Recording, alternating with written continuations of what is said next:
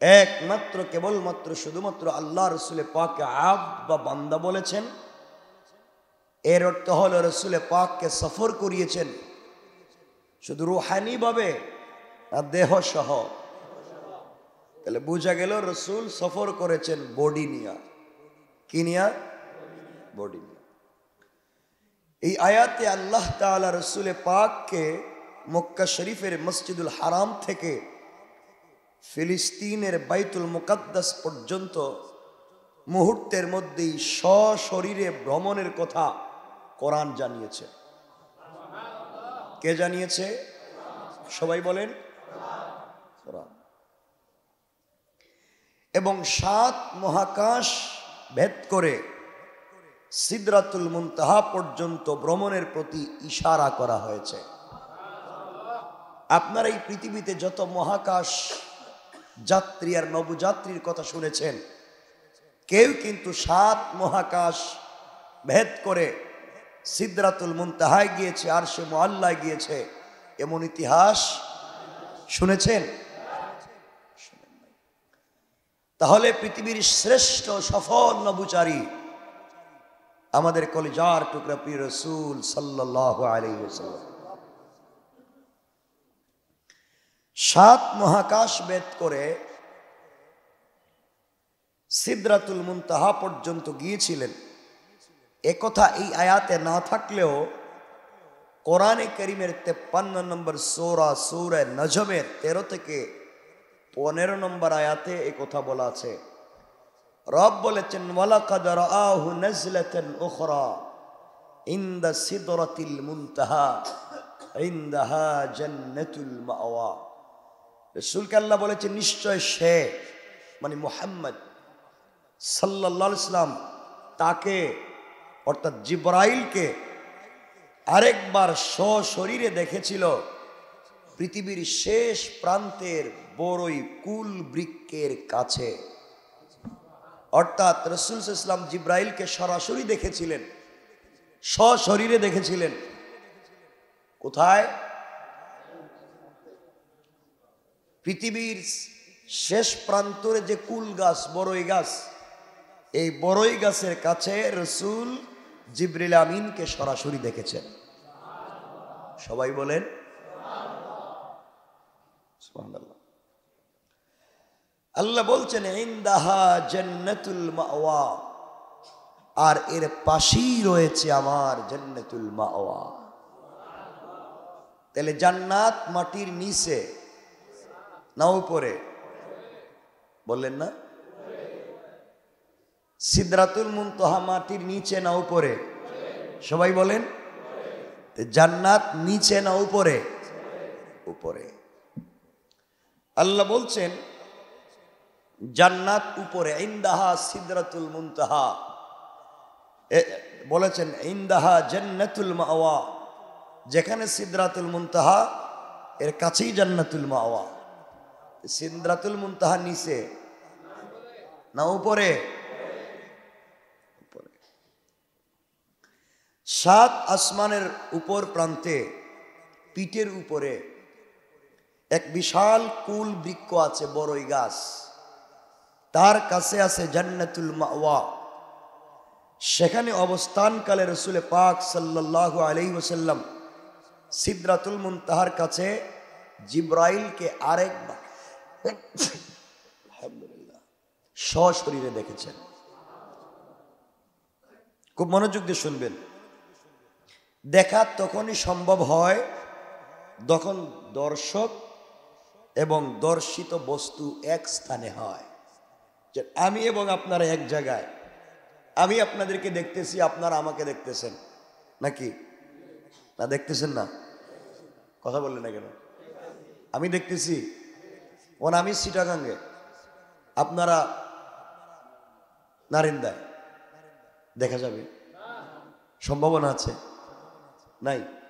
আপনারা বলেন তো, এখন মিডিয়ার কল্যাণে দেখতে পারবেন তো? এটা তো মিডিয়ার কল্যাণে সশরীরে দেখার সম্ভাবনা নেই, সশরীরের কথা বলতেছি। সুতরাং জিবরিল আমিনকে রাসূল সরাসরি দেখেছেন। কোথায়? সিদরাতুল মুনতাহায়। তাহলে বোঝা গেল দর্শক এবং যে জিনিস দেখছেন এটা এক জায়গায় ছিল। তাহলে বোঝা গেল রসুল ওখানে ছিলেন, রসুল ওখানে অর্থাৎ গিয়েছিলেন, জিবরাইল ছিলেন আর রসুল গিয়েছিলেন। সুবহানাল্লাহ বলেন।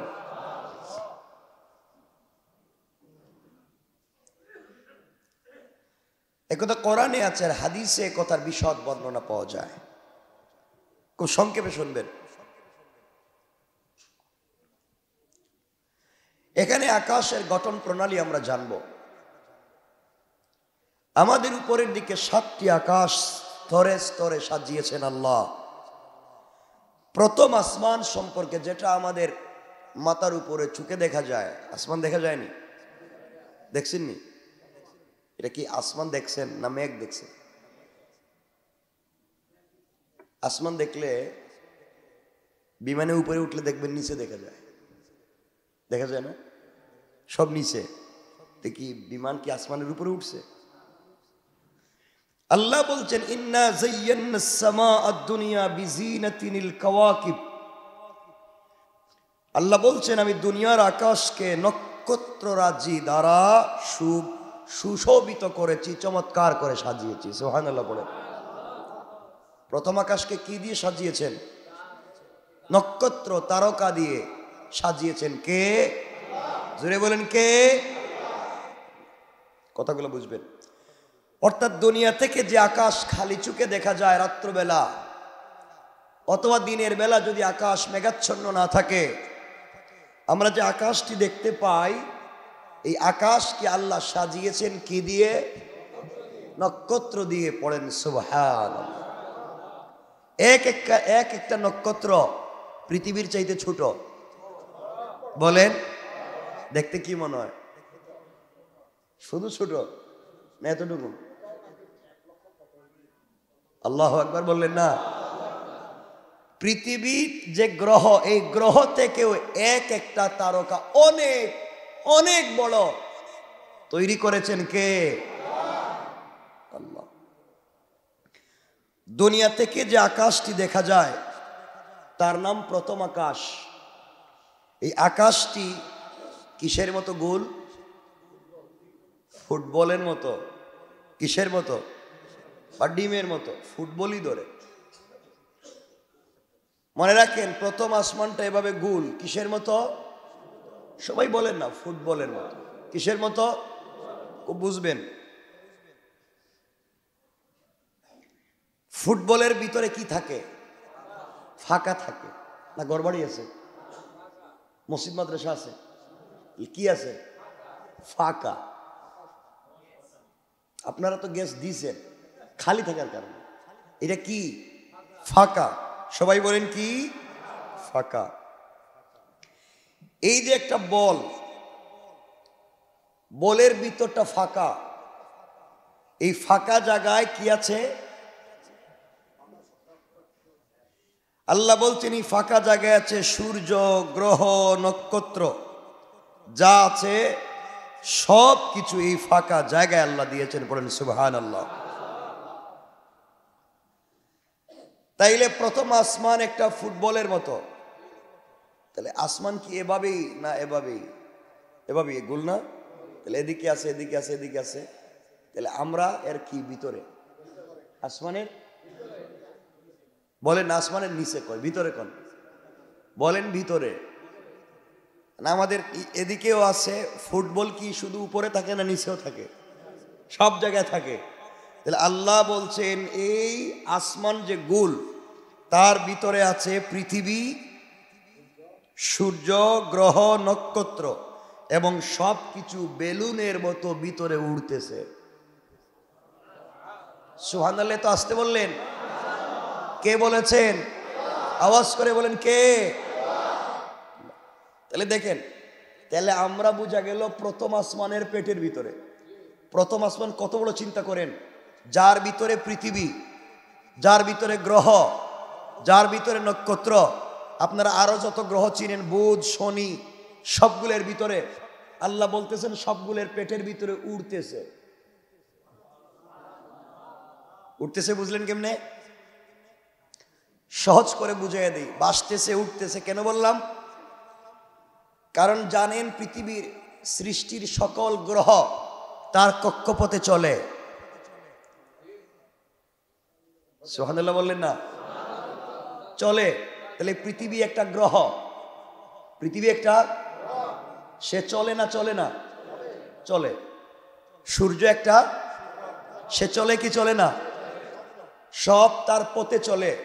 যদি কোনো সময় পথের মধ্যে ভুল হয়ে যায় বা হঠাৎ পথ থেকে সরে যায়, তখনই সূর্যগ্রহণ হয়, তখনই চন্দ্রগ্রহণ হয়। আমরা বলি সূর্য গ্রাস করে ফেলেছে, চন্দ্র গ্রাস করে ফেলেছে, অর্থাৎ তার রাস্তা ভুল করেছে। আল্লাহু আকবার বলেন। আর সে যখন রাস্তা ভুল করে ফেলে তখনই কিয়ামত হয়ে যেতে পারে।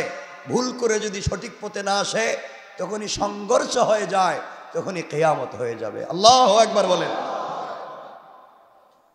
এই যে সে বলেছে সবগুলা ভাসে, আমরাও বলছি সবগুলা ভাসে। কোরআনে কারিমে রব বলছেন ওয়াশ-শামসু তাজরি লিমুস্তাকাররিল লাহা। তাজরি মানে জারি হয়, জারি হয়। তাজরি বলা হয় নদীতে ভাসে যেটা। আল্লাহ বলছেন ওয়াশ-শামসু তাজরি লিমুস্তাকাররিল লাহা, সূর্য তার কক্ষপথে নৌকার মতো ভাসে। আল্লাহু আকবার। কে বলেছেন?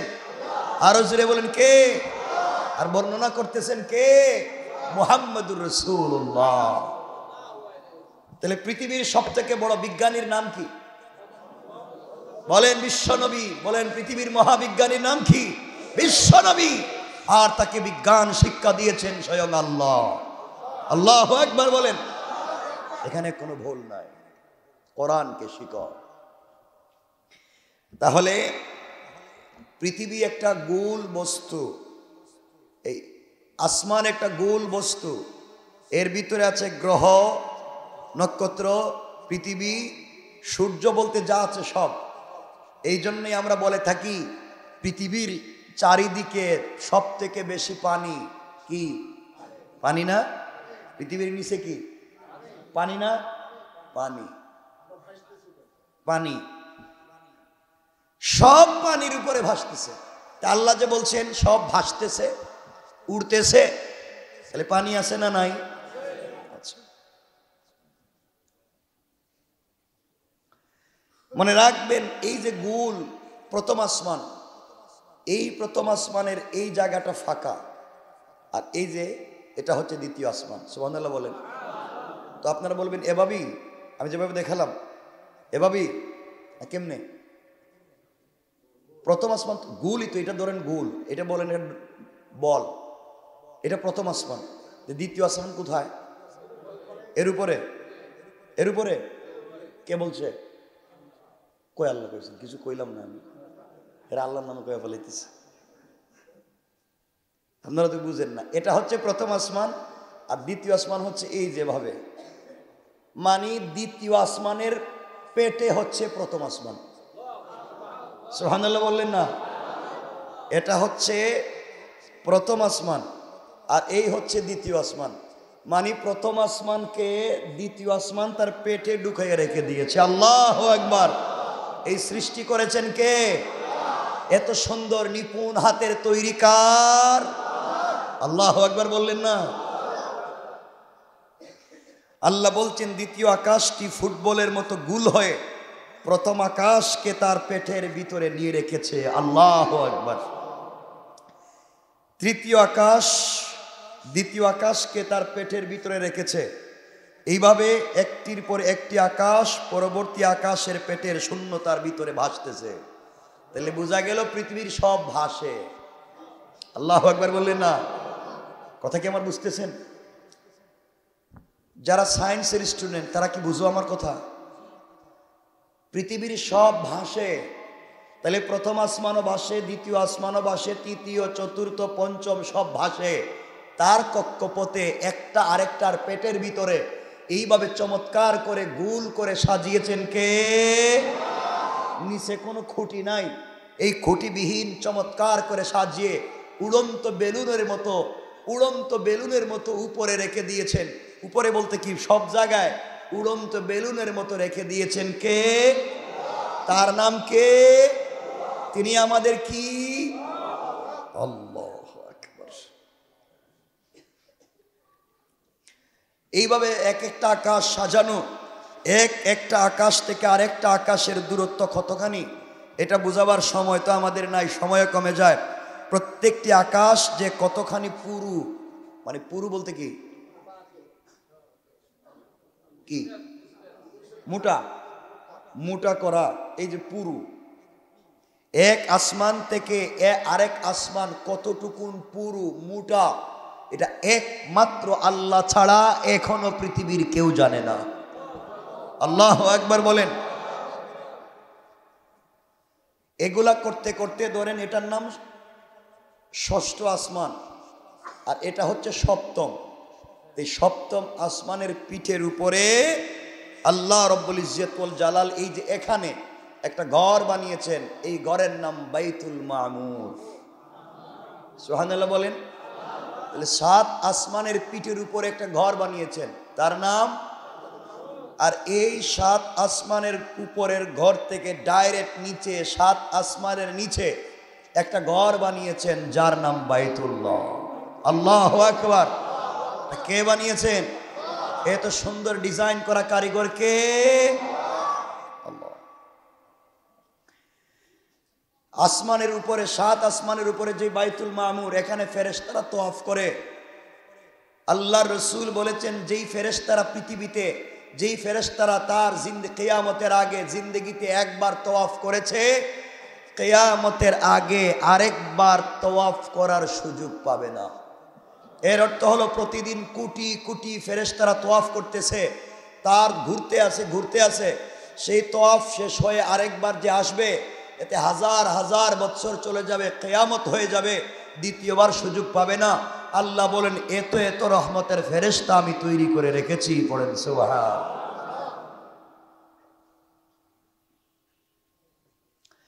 তাহলে বোঝা গেল 7 আসমানের পিঠের উপরে একটা ঘর আছে, তার নাম ডিম। যেটা এটার একটা মাথা আছে না? না নাই। বলের কি যে কোনো একটা সাইড আছে না? আল্লাহ রব্বুল ইজ্জত ওয়াল জালাল বলছেন, একটা পার্শ্বে অর্থাৎ বলের শেষ প্রান্তরে আল্লাহ একটা গাছ লাগাইছেন। এই গাছের নাম কুল গাছ, বড়ই গাছই বলেন, কুল গাছ। সেটার এক একটা পাতা হাতির কানের চাইতেও মোটা। এত আসতে বললেন সুবহানাল্লাহ। আর এক একটা বড়ই 10 থেকে 70 মণ ওজন। সুবহানাল্লাহ বলেন। আল্লাহ বলেন, খাবেন কেমনে কইতেছে? সব খাইবেন, 5টা 10টা খাইতে পারবেন। সুবহানাল্লাহ বললেন না? রুচি হবে না তখন গ্যাস্ট্রিক থাকবে না। খাবার শুধু আপনি কষ্ট করে খাইতে হবে না, দুনিয়ায় কষ্ট করেন, আখেরাতে আল্লাহ নিজে খাওয়াবেন। সুবহানাল্লাহ বলেন না? আল্লাহু আকবার বলেন। আপনার কত স্বপ্ন ছিল বাড়িতে একটা ডুপ্লেক্স, ঢাকা শহরে একটা ডুপ্লেক্স বাড়ি বানাইবেন। আল্লাহ বলেন, তুই ডুপ্লেক্স বানাবে, আমি এমন একটা ঘর বানাইয়া দিব, তুই ডুপ্লেক্স থ্রিপ্লেক্স কি কস? এর উপরে কোনো ডিজিটালই হতে পারে না। তুই যে তালাই বস, আসমান দেখা যাবে। সুবহানাল্লাহ বললেন না? আল্লাহ বলেন, আমি যে ঘর বানাইছি, আমি যে ঘরগুলো আমার গোলামের জন্য জান্নাতে বানিয়ে রেখেছি, এগুলা কিন্তু স্প্রিং এই মাটির উপরে না, আমি সাগরে, জান্নাতের ফিরদাউসের ভিতরে সাগরের মাঝখানে বিল্ডিং বানাইছি। তা আপনারা মনে করবেন ভূমিকম্প হইব কি? এখানে ভূমিকম্প হইব? কথা বলেন না কেন? এখানে ঘর বানাইছেন স্প্রিংয়ের উপরে। আপনার 6666 তালা যে বিল্ডিং দিছেন, আপনি বিল্ডিংয়ে বসে থাকবেন, বিল্ডিংয়ে গেবে হেলাধুলা করবে। আল্লাহু আকবার বলেন না? আপনার বিল্ডিংয়ে সুইমিং পুল আছে, আপনার লাগে না এটা? না, আপনাদের নাই মনে। চিন্তা করা যে আমার একটা সুইমিং পুল থাকতো যদি, কত ভালোই তো বাসায়। আল্লাহ বলেন, বাসায় সুইমিং পুল আছে। সুবহানাল্লাহ বলেন না? চিড়িয়াখানাও আছে। সুবহানাল্লাহ বলেন না? নিজস্ব মার্কেট আছে, নিজস্ব বাগান আছে। পৃথিবীতে আল্লাহ যত প্রাণী সৃষ্টি করেছেন, পাখি, সব আপনার এই বাগানে আছে। সুবহানাল্লাহ, আল্লাহু আকবার বলেন। পৃথিবীতে যত ফলের বাগান আছে, সব এখানে আছে। কিন্তু পৃথিবীতে আম যদি খান, তাহলে কাঁঠালের স্বাদ পাইবেন, কথা কয় না? লিচু খাইলে কমলার স্বাদ পাইবেন, আঙ্গুর খাইলে আপেলের স্বাদ পাইবেন? আল্লাহ বলছেন আমার বান্দা যখন জান্নাতে একটা ফলের মধ্যে মুখ লাগাবে তখন কমপক্ষে ৭০,০০০ ফলের স্বাদ পেয়ে যাবে। আল্লাহু আকবার। সব তৈরি করেছেন কে? তো আপনি চিন্তা করতেছেন আমার তো ভাল লাগে না, আমি অলস, আমি গাছ থেকে পাইড়া খাবো, এটা আমার দ্বারা সম্ভব না। আল্লাহ বলছেন তুই শুয়ে থাক, আমি গাছের ডাল তোর মুখের কাছে নিয়ে যাব। আল্লাহু আকবার। আপনার হঠাৎ মনে হয়েছে দূর জিন্দেগিতে কোনোদিন কক্সবাজার যাই নাই, সাগরের চিংড়ি মাছ যদি খাইতাম। যদি আপনি যদি চিন্তা করছেন পৃথিবীতে যত প্রকারের চিংড়ি মাছের নাম ছিল সব আপনার মুখের সামনে হাজির। আমার চেহারার দিকে তাকাইতেছেন, আমি কি খাইতেছি নাকি? তা সুবহানাল্লাহ একটু জোরে বলেন, এটা জোরে বলেন না সুবহানাল্লাহ। শুধু সুবহানাল্লাহ বলেই চলবে। আপনি মনে করতেছেন আহারে জিন্দেগিতে কত চিন্তা করলাম একটা হরিণের মাংস খাবো, কিন্তু কি আর কপাল, পারলাম না। হঠাৎ করে আপনি বলছেন, দেখবেন বুনা করা আস্ত বিভিন্ন সাইজের হরিণ বুনা করা আপনার মুখের সামনে হাজির। আল্লাহু আকবার বলেন না। আপনি বলবেন এগুলা খাইবো কেমনে? হঠাৎ করে দেখবেন হুর এবং গিলমান, জান্নাতের হুর এবং গিলমান, কারো স্বর্ণের পিয়ালায় পানি, কারো স্বর্ণের পিয়ালায় মদ। মদ বলতে আপনারা যেটা খাইয়া বাপরে দুলাভাই ডাকেন, এটা না।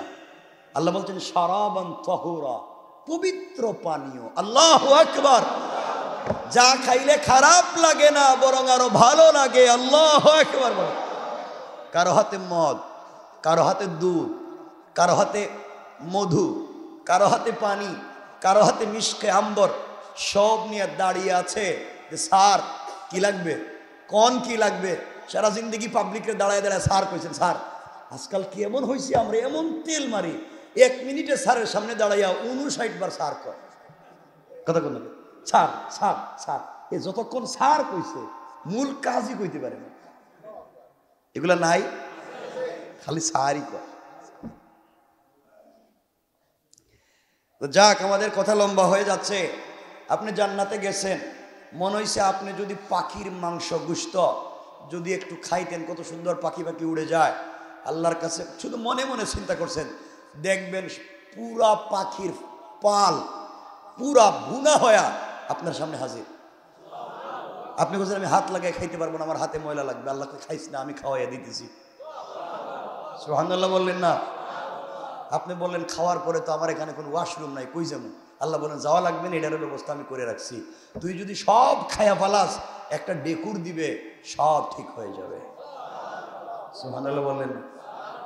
আপনারা বলবেন আমাদের গ্যাস যদি তাকে পেটে, ডেকুর দিলে তো দুর্গন্ধ হয়, কি জানি কি হয়ে যায়। আল্লাহ বলছে না রে, তোর একটা ডেকুরে জান্নাতুল ফিরদাউসের মিশকে আম্বরের ঘ্রাণ বের হয়ে যাবে। যাক, কথা অন্যদিকে চলে যাচ্ছে, আমরা সহজ করে বলি। এই জন্য জান্নাতে যেতে চাই, সবাই বলেন চাই। এই জন্য নামাজ ছেড়ে দিতে হইব না, 5 ওয়াক্ত পড়া লাগবে? শুধু 5 ওয়াক্ত? সব। যাই হোক, আল্লাহ বলছেন, তাইলে কথাগুলো পরিষ্কার। আল্লাহ বলছেন 7 আসমানের উপরে বাইতুল মামুর, এর পাশে সিদরাতুল মুনতাহা, আর এর পাশে কি? জান্নাত। ইনদাহা জান্নাতুল মাওয়া। তাইলে জান্নাত 7 আসমানের নিচে না উপরে? পরিষ্কার কি পরিষ্কার না? সন্দেহ আছে? কারো সন্দেহ আছে? না, সন্দেহ হইতেছে যে মরলাম গুরুস্থানে, এটা উপরে গেল কেমনে? সন্দেহ হইতেছে না? ওইতেছে কয় না, কিন্তু কইলে তো আমি বুঝাইয়া দিতাম। মনে মনে মনে মনে হইতেছে কে রে? মনে মনে তো সব বই পাল্টাই দিতেছে, মনে মনে ছেলেরা মেয়ে যাইতেছে, মনে মনে কোনো সুযোগ নাই, সব বাস্তবে। আমার বন্ধুগণ, কথা লম্বা হচ্ছে। এইভাবে আল্লাহ রাব্বুল ইজ্জত ওয়াল জালাল নবুয়তের 12 বৎসরে, নবুয়তের 12 বৎসরে রাসূল পাক সাল্লাল্লাহু আলাইহি ওয়াসাল্লামের কে ইন্তেকাল করলেন? কথা নাই। স্ত্রী, চাচা সব ইন্তেকাল করেছেন। রাসূল পাক সাল্লাল্লাহু আলাইহি ওয়াসাল্লামের দাদা ইন্তেকাল করলেন। দাদা ইন্তেকালের পরে রসুলকে লালন পালন করলেন রসুলের চাচা আবু তালেব, আলীর আব্বা। রসুল বড় হতে লাগলেন। তিনি বিয়েও করেছিলেন। খাদিজার স্নেহ, মমতা, ভালোবাসায় তিনি বড় হতে লাগলেন। রসুলের বয়স যখন 25, তখন খাদিজার বয়স কত? আর বাংলাদেশে দেখবেন বয়স 18, বিয়ে করছে 92 বছরের বেড়ারে আছেন।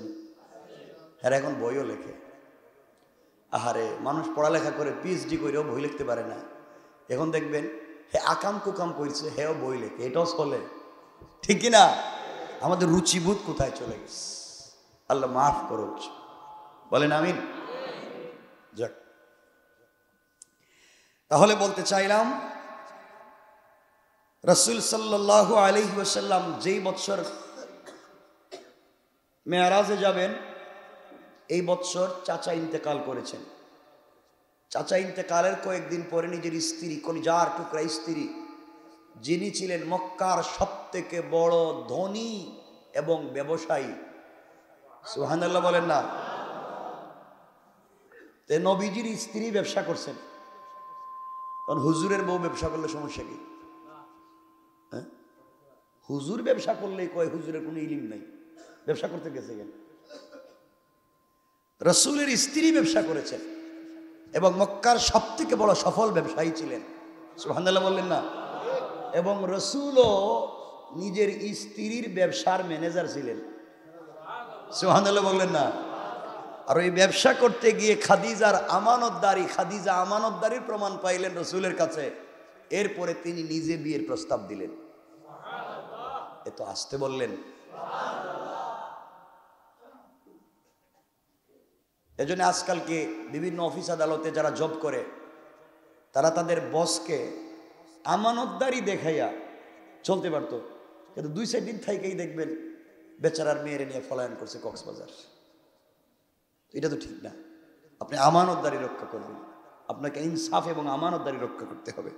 রাসূল পাক সাল্লাল্লাহু আলাইহি ওয়াসাল্লাম স্ত্রীও মারা গেলেন, আর কে মারা গেছে? রাসূল এর চাইতে বেশি কষ্ট পান নাই। এর কয়েকদিন পরে চিন্তা করলেন মক্কায় থাইকা কোনো লাভ নাই, কারণ মক্কার মানুষ আমাকে এখন মাইরে ফেলাবে। গড়ে আসলে খাদিজা, কাফেররা ভয়ে কথা বলতো না, কারণ মক্কার কাফেররা খাদিজার পয়সা দিয়ে ব্যবসা করত, সুবহানাল্লাহ বললেন। আর এখন যদি খাদিজা নাই আমারে মেরে ফেলবে, নবীজি চিন্তা করলেন চাচাও নাই, বাইরে গেলে আমি চলে যাই নানার বাড়ি। কোথায়? নানার বাড়ি কোথায়? তায়েফে। আমার মুসলমান বন্ধুগণ, গভীর মনোযোগ। আল্লাহর পয়গম্বর, আখিরি জামানার নবী, সরকারে কায়নাত, দু জাহানের সরদার, নবী রহমত জনাবে মুহাম্মদুর রাসূলুল্লাহ সাল্লাল্লাহু আলাইহি ওয়াসাল্লাম দেখলেন চাচাও নাই, নিজের স্ত্রীও নাই, মক্কায় আমানতের সঙ্গে থাকা যাবে না, চলে যাই নানার বাড়িতে। নবীজি পৌঁছে গেলেন তায়েফে। তায়েফের মানুষের কাছে পৌঁছে গেলেন, যেই মানুষগুলা সব থেকে বেশি রসুলকে আপন করেছিল। এই মানুষের কাছে গিয়ে রসুল বললেন আসলিম তাসলাম, ইসলাম কবুল করো, শান্তিতে থাকবা। এই কথাগুলা বলবার পরে যেই লোকগুলা আমার রসুলকে আল আমিন বলেছিল, আমার রসুলকে মাথায় উঠিয়ে রেখেছিল, যার কাছে আমানত রেখে তারা শান্তি পাইত, শুধুমাত্র ইসলামের কথা বলবার কারণে, কোরআনের কথা বলবার কারণে, কালিমার কথা বলবার কারণে সেই তায়েফের মানুষগুলা আমার রসুলকে পাগল বলে গালি দিতে লাগলো। তায়েফের ছোট্ট ছোট্ট বাচ্চাদের হাতে পাথর উঠাইয়া দিল, কঙ্কর দিল, আর আমার রসুলকে পাগল বলে আঘাত করতে লাগলো। নবীজি অজ্ঞান হয়ে গেলে পায়ের মধ্যে রশ্মি লাগাইয়া উত্তপ্ত বালির উপরে বিশ্ব নবীকে টানতে লাগলো। নবীজি অজ্ঞান হয়ে গেলেন। সঙ্গে থাকা সাহাবী তাকে নিয়ে গাছের নিচে চলে আসলেন। নবীজির জ্ঞান ফিরল। আমার বন্ধুগণ, জ্ঞান ফিরে যাওয়ার পরে পুরা বডি থেকে রক্ত পড়ে মাথা থেকে পা পর্যন্ত রক্তে লাল হয়ে গিয়েছে। আমার রাসূল পরনের কাপড় খুলে শরীর থেকে রক্তগুলা মুছতে লাগলেন। কাপড়গুলা ভিজে গিয়েছে, রক্তে কাপড় ভিজে গিয়েছে। আল্লাহ তাআলার কাছে ফেরেশতারা আসলেন, জিবরিল আমিন, ইসরাফিল, মিকাইল আর বড় বড় ফেরেশতারা এসে বলছেন, ইয়া রাসূলুল্লাহ, আপনি যে কষ্ট করেছেন এই সহ্য হয় না। আসমানের ফেরেশতারা হাউমাউ করে কান্না করে আল্লাহকে ডাক দিয়া বলেছে, আল্লাহ,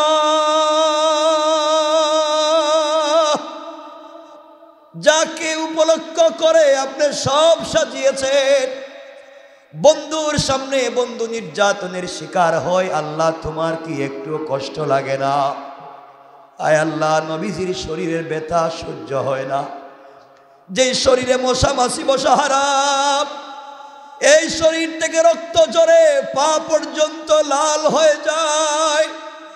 ফেরেশতারা বলছে, ইয়া রাসূলুল্লাহ, আপনি বলেন আমি আযাব দিয়ে পুরা তায়েফের মানুষকে ধ্বংস করে দিই। জিবরিল আমিন বলছেন, ইয়া রাসূলুল্লাহ, আপনি আমাকে বলেন আমি তায়েফের দুইটা পাহাড়কে একত্রিত করে মেরে ফেলি। আমার নবীজিকে বলছে, কেউ কে বলছে আপনি বলেন ভূমিকম্প দিয়া জিন্দেগিতে ধ্বংস করে দেই।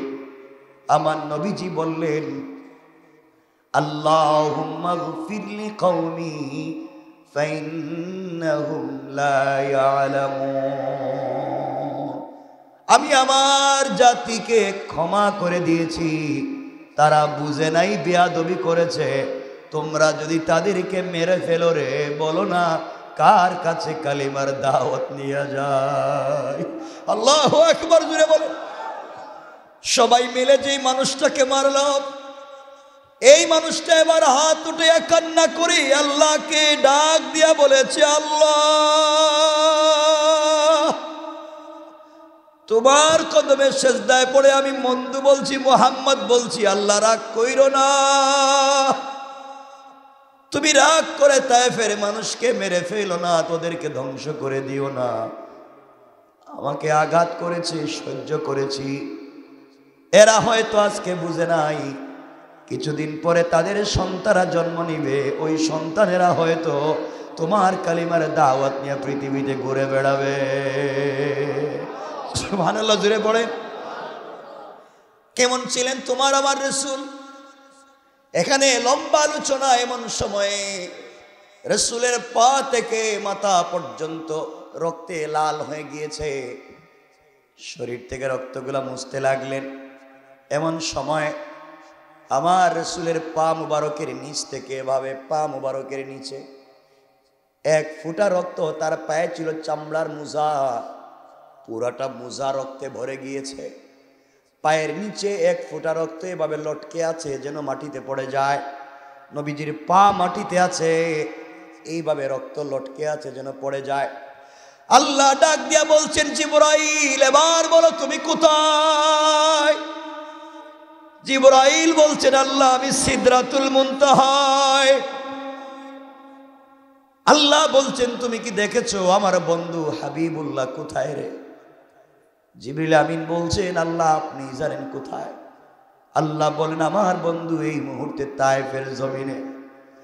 ও জিবরাইল, তাড়াতাড়ি যাও, আমার বন্ধুর পায়ের মধ্যে রক্ত লটকে গিয়েছে, যদি জমিনে পড়ে যায়। এতক্ষণ সহ্য করেছি, বন্ধুর রক্ত যদি মাটিতে পড়ে যায়, কাউকে বাঁচাইয়া রাখবো না, জিবরাইল তোমারেও না। আল্লাহু আকবার। পুরা দুনিয়া ধ্বংস করে দিব, সব সহ্য করতে পারছি, বন্ধুর রক্ত মাটিতে পড়তে দেওয়া যাবে না। আল্লাহর কাছে তায়েফের মাটির জবান খুলে গেছে। তায়েফের মাটি কান্না করে বলছে, আল্লাহ। তায়েফের মাটি চিৎকার করে ডাক দিয়ে বলেছে, আল্লাহ, সব সহ্য করতে পারি, কিন্তু হাবিবের রক্ত যদি আমার জমিনে পড়ে যায় সহ্য হবে না, সবগুলারে আমি ধ্বংস করে দিব। আল্লাহ। জিবরিল আমিন বলছেন, আল্লাহ তাআলা, আমি কেমনে এত দূর যাব? জিবরাইল বলেন, আমি সিদরাতুল মুনতাহায় ওই জায়গা থেকে আমার 600 নূরের ডানা দিয়ে আমি টান দিলাম, তায়েফের মাটিতে এসে দেখি রাসূলের পা মুবারক থেকে রক্তের ফোঁটা পড়ে গিয়েছে, এখনো জমিনে লাগে নাই। জমিনে লাগার আগে আগে আমি আমার নূরের পরটা বিছাইয়া দিয়েছি। আল্লাহু আকবার বলেন। আমার বন্ধুগণ, এখানে লম্বা কথা। রাসূল সাল্লাল্লাহু আলাইহি ওয়াসাল্লাম ওখান থেকে আসলেন, চিন্তা করলেন কোথায় যাব।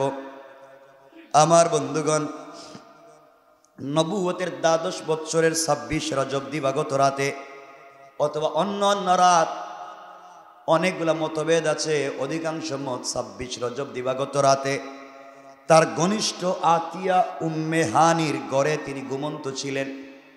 আহারে, যেই মানুষটা তো কষ্ট করছে, এই মানুষজন একা হয়, তার দুঃখের কথা মনে হয়। নবী যখন একা হয় উম্মে হানির ঘরে, শরীরের দিকে তাকাইয়া দেখে বসন্তের মতো দাগ হয়ে গিয়েছে। কান্না করে দেখেন শরীরটা ফুলে গিয়েছে।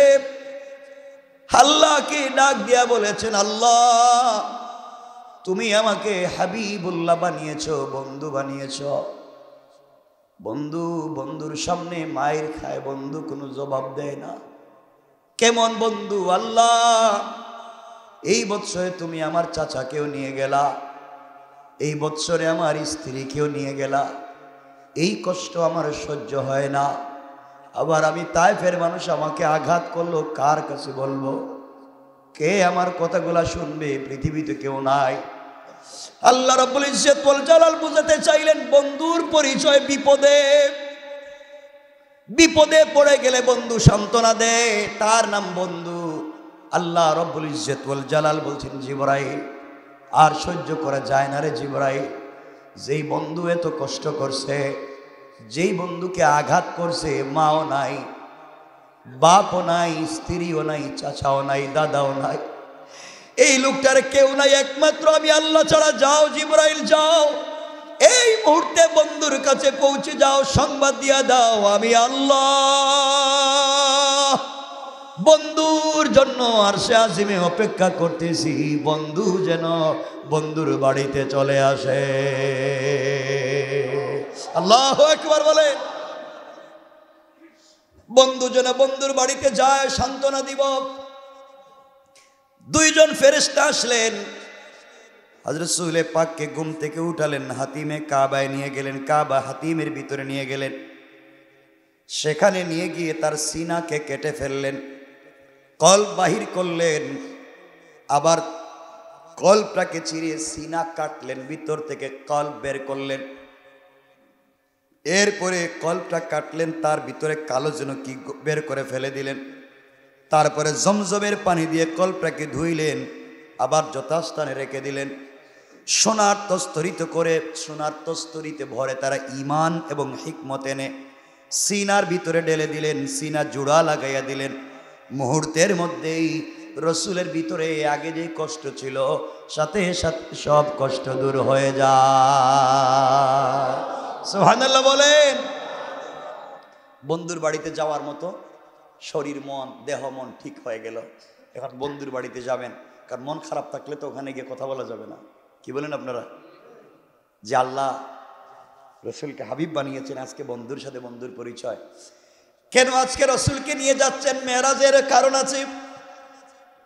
আমাদের সময় শেষ হয়ে গিয়েছে। কারণ হলো, আমিনার কুলে যখন রসুলে পাক ছিলেন, আমিনা একদিন হাউমাউ করে কাঁদতেছেন।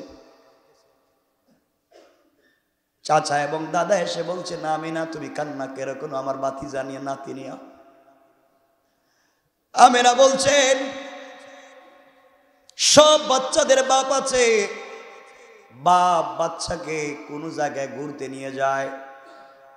আমার এমন একটা সন্তান পৃথিবীতে আসার আগে বাপ মারা গেল, আমার সন্তানটাকে কেউ কোথাও ঘুরতে নিয়ে যায় না, আমার সন্তানকে কেউ কোথাও ঘুরতে নিয়ে যায় না, বড় এতিম। এই জন্য আমি কান্দি, আমার সন্তানের কেউ নাই। আমিনা শুনেন, হঠাৎ আওয়াজ হলো, কে যেন ডাক দিয়া বলেছে, আমিনা। অপেক্ষা করো। আজ মুহাম্মদের বাবা আব্দুল্লাহ বেঁচে থাকলে কোথায় নিয়ে যাইতো? বড় জুরুক্কাজের মেলায় নিয়ে যাইতো, মাজান্নায় নিয়ে যাইতো, এর চাইতে দূরে নিয়ে যেত না। আমি আমার বন্ধুকে সফর করাইয়া জমিন থেকে বাইতুল্লাহ থেকে বাইতুল মুকদ্দাস নিয়া এক আসমান, দুই আসমান, 3, 4, 5, 6, 7 এর উপরে নিয়া সিদরাতুল মুনতাহা, বাইতুল মামুর, জান্নাত জাহান্নাম দেখাইয়া আর সে মুআল্লায় নিয়া আমার পাশে বসাইয়া বন্ধুর সঙ্গে সফর করাইয়া কথা বলার ওয়াদা দিলাম। সুবহানাল্লাহ বলেন। সেই হচ্ছেন আমার রাসূল। আমার বন্ধুগণ, রাসূল সাল্লাল্লাহু আলাইহি ওয়াসাল্লাম এখন সফর শুরু করবেন। আমার বন্ধুগণ, এক পর্যায়ে রাসূল সাল্লাল্লাহু আলাইহি ওয়াসাল্লাম আল্লাহর আহ্বানে সাড়া দিলেন, মেহমান হিসেবে সেখানে যেতে লাগলেন। এক পর্যায়ে ফেরেশতার সঙ্গে নিয়ে আসা বোরাক নামে একটি জন্তু রাসূল সাল্লাল্লাহু আলাইহি ওয়াসাল্লাম সওয়ার করিয়ে দেওয়া হলো। জন্তুটি ছিল এমনভাবে ছিল, জন্তুটি গাদা এবং খচ্চরের চেয়ে কিছুটা ছোট, খচ্চরের চেয়ে কিছুটা ছোট এবং গাদার চেয়ে কিছুটা বড়, সাদা, যার নাম বোরাক। যার নাম কি? এটা একটা প্রাণী, সাদা। এই জন্তুটা খচ্চরের চেয়ে কিছুটা ছোট আর গাদার চেয়ে। তিনি সেই বোরাকে আরোহণ করলেন, চুকের পলকেই ফিলিস্তিন পৌঁছে গেলেন। সুবহানাল্লাহ বললেন না? মসজিদের বাহিরে খচ্চরটাকে রাসূল নিজের হাতে বাঁধলেন। সুবহানাল্লাহ বললেন। ভিতরে ঢুকলেন। আমার বন্ধুগণ, সেখানে গিয়ে পৌঁছে দেখলেন সকল নবী রাসূলদেরকে আল্লাহ আগেই এখানে রেখেছিলেন। দাঁড়ায় আছেন, একজন আরেকজনের চেহারার দিকে তাকাচ্ছেন। আদম বলছেন, ইব্রাহিম নামাজ পড়ো। শীষ বলছেন, ইউসুফ তুমি নামাজ পড়ো। মানে এক একজনকে বলছেন। জিবরিল আমিন হাজির হয়ে গেলেন, ডাক দিয়া বলছেন, আজ কেউ ইমামতি করতে হবে না, আজকে হচ্ছেন ইমামুল মুরসালিন, ইমামুল আইম্মা, ইমামুন নবিয়িন। আজ সকল নবীদের ইমাম, রাসূলের ইমাম, বিশ্ব নবী এই মুহূর্তে সবার সামনে দাঁড়াইয়া ইমামতি করবেন। কোন সুবহানাল্লাহ, আল্লাহু আকবার। এই সম্মান দিয়েছেন কে? আমার রাসূল বিশ্ব নবী, যেই বাইতুল মুকদ্দাসে ইমামতি করেছেন সকল নবীদের, সেটা আমাদের ঘর। ঠিক কিনা বলেন? আমার বন্ধুগণ, রাসূল সাল্লাল্লাহু আলাইহি ওয়াসাল্লাম নামাজ পড়লেন, নামাজ পড়ালেন। নামাজ শেষ করে আবার তিনি একটা বোরাকে করে আবার তিনি সফর শুরু করতে লাগলেন। সঙ্গে জিবরিল আমিন এবং কেউ বলেছেন মিকাইল, দুইজন ফেরেশতা। রাসূল সাল্লাল্লাহু আলাইহি ওয়াসাল্লাম সিঁড়ি দিয়ে, সিঁড়ির মতো এই আকাশযান ফেরেশতাদের সঙ্গে দুনিয়া থেকে আকাশের দিকে যেতে লাগলেন। পড়েন সুবহানাল্লাহ। ফেরেশতাদের সঙ্গে রাসূল প্রথম আসমানে গেলেন। প্রথম আসমানে যাওয়ার পরে জিবরিল আমিন দরজা নক করে বলছেন, কে? দরজাটা খোলো, ভিতরে ঢুকতে চাই। প্রহরীরা বলছে, আপনি কে? আমি তো জিবরাইল, আমার সাথে মিকাইল। বেয়াদবি মাফ করবেন, রাস্তা বন্ধ, পাহারাদারি করতেছি। কেন? যেদিন থেকে আসমান সৃষ্টি হয়েছে ওই দিন থেকে আল্লাহ আসমানের প্রথম দরওয়াজা থেকে একবারে বাইতুল মামুর, সিদরাতুল মুনতাহা পর্যন্ত লাল গালিচা দিয়া ডিজাইন করে, সংবর্ধনার রাস্তা করে, জান্নাতুল ফিরদাউস থেকে কাঁচা ফুল এনে চমৎকার লাইটিং করে আল্লাহ রেখে দিয়েছেন। এই রাস্তায় দরজা খুলে দেওয়া যাবে না। এই রাস্তা দিয়া আল্লাহর প্রিয় বন্ধু হাবিবুল্লাহ বিশ্ব নবী আল্লাহর সঙ্গে দেখা করতে যাবেন, এই জন্য পাহারাদারি করতেছি। আল্লাহু আকবার। জিবরিল আমিন বলছেন, তোমরা যার জন্য অপেক্ষা করো তিনি আমার সাথে।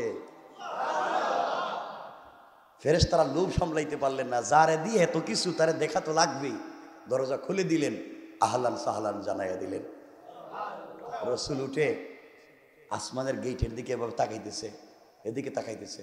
হঠাৎ যদি আপনি গ্রাম থেকে ধরেন, কেউ খারাপ পাইয়েন না, একবার অজপড়া গ্রায় থেকে আমাদের একজন লোক মতিঝিল এসে এখন কি তারে হিরে এত উৎসাহ এগুলো কি দেখা যায়, এত বিল্ডিং থেকে এগুলো আমাদের গ্রামে তো এগুলো নাই, এত উৎসাহ কি দেখবেন টুপি পড়ে যাবে এমন উঁচা বিল্ডিং আছে না, আপনি উন্নত কান্ট্রিতে গেলে তো আরো উঁচা দেখবেন। তা আমার বন্ধুগান রসুল এভাবে তাকাচ্ছেন কি তারে কই আইলাম, ভাঙ্গা করেছিলাম, কত মায়ের খাইলাম, আমার কই আনছে, তাকাচ্ছেন। হঠাৎ মুসকি মুসকি হাসতেছেন। জিব্রাইল পিছন থেকে বলছেন এ রাসূলুল্লাহ হাসেন কেন, আপনারা কাঁদতেছিলেন, আপনারা কান্নারত অবস্থায় আনছি। ও জিব্রাইল হাসবো না কি করব, আল্লাহ যে আমার এত ভালোবাসে এটাকে আমি জানতাম, আমি তো বুঝতেই পারি নাই বন্ধু যে আমার এত ভালোবাসে। কই কি দেখছেন, কই আয় দেখ জান্নাত আসমানের প্রথম গেইটে যত ডিজাইন করছেন আল্লাহ, সকল ডিজাইন করছেন আমি মুহাম্মদের নাম দিয়ে। আল্লাহু আকবার, কত ভালোবাসা। আল্লাহ বলছেন বন্ধু তোমাকে ভালোবাসি, সুবহানাল্লাহ বললেন না, ওয়া রাফা'না লাকা যিকরাক, তোমার কত সম্মান আমার কাছে, এখানেই থাক। আর 12:30 1টা 1:30 হয়ে গেছে, ইন্না লিল্লাহ, 5-7 মিনিট বেশি হয়ে গেছে, আর দরকার নাই, লম্বা হয়ে গেছে না, মাত্র প্রথম আসমান, এখানেই থাক। এবং প্রথম আসমানে রসুলের সঙ্গে দেখা হয়েছে কার, আল্লাহর নাকি দেখা হয়েছে। আল্লাহ কি প্রথম আসমানে বসে রয়েছে নাকি, কার সাথে, আদম আলাইহিস সালামের সাথে। এই দেখা হইতে থাকুক, আমরা রাখতে দিলাম। মানে ছেলের সাথে বাপের দেখা, প্রথম বাপের সাথে দেখা না, মহব্বত কম না বেশি, বেশি।